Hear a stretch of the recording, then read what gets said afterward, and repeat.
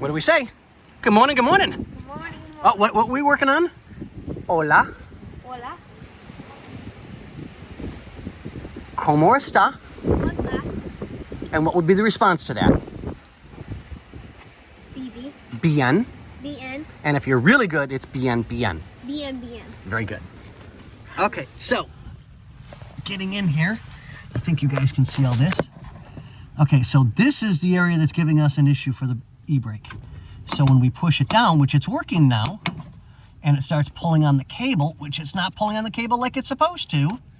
So when we go to release it, it doesn't come back up. So it's got to come off and be completely soaked in the magic juice, get the rust off, and get all the dried up grease, and it needs e-brake cables, which is not a real big deal to do. It's just, it actually is kind of fairly easy. It really is. But this all has to come off. It needs to be soaked and cleaned and then re-greased like it's supposed to be, and this will go back to working exactly how it's supposed to be.